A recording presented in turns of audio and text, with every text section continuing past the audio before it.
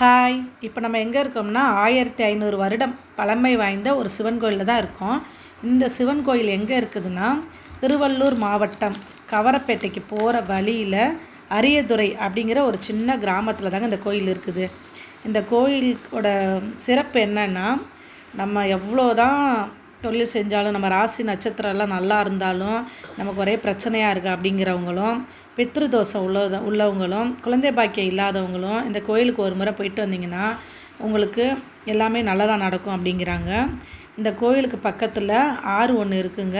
அந்த ஆற்றுல தண்ணி இல்லைன்னா கூட அந்த ஆற்றுக்கு பக்கத்தில் ஒரு ஊற்று இருக்குதுங்க. இந்த ஊற்றில் தண்ணி 365 நாளும் கசிந்து ஆற்றில் கலக்குதுங்க. இந்த தண்ணீர் கங்கை நீரை விட புனிதமானது தண்ணீருங்கிறாங்கங்க. அப்படி என்ன தான் இருக்குது இந்த கோயில் அப்படின்னா, சிவன் பார்வதி திருமண கோலங்களில் விக்கிரகங்களாக இந்த கோவிலில் இருக்கிறாங்க. இங்கே வழிபட்டால் தடைகள் நீங்கி திருமணம் நடக்கும் என்று நம்பிக்கை. கால பைரவரான சிவன் தலையில் இருந்து கசிந்த கங்கை நீரே இங்கு ஆற்றங்கரைக்கு ஊற்றாக சுரக்கிறது. இங்கே அரச மரத்தையும் பக்தர்கள் சுற்றி வர்றாங்க. ஏன்னா அரச மரத்தில் கிருஷ்ணராக காட்சி அளித்ததால். சிவனும் பார்வதியும் ஒன்றாக காட்சி தந்த தலம் என்றும் பழமை வாய்ந்த இந்த கோவில் அரச மரம் உள்ளது. கிருஷ்ண பரமாத்மா அரச மரமாகவே இருப்பதாக பக்தர்கள் நம்புகிறார்கள்.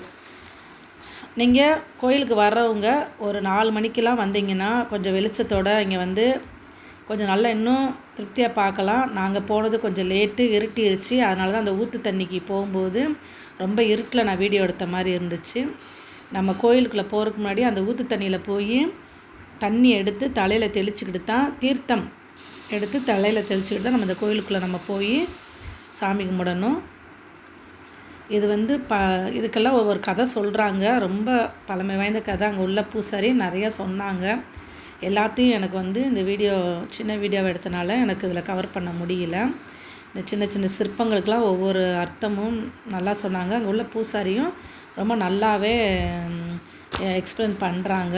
இது எத்தனை வருஷம் உள்ளது என்ன ஏதுன்னு. ஒரு முறை போயிட்டு வாங்க, ரொம்பவே நல்லாயிருக்கும்.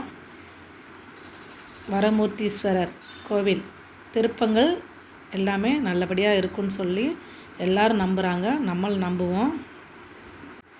பிரதோஷத்தப்பெல்லாம் சென்னை சிட்டிக்குள்ளே இருந்தெல்லாம் நிறைய பேர் இங்கே வர்றாங்கன்னு சொல்லி சொல்கிறாங்க. பிரதோஷம் 4 மணிக்கு போனீங்கன்னா உங்களுக்கு 6 மணிக்கெலாம் முடிச்சிருவாங்க.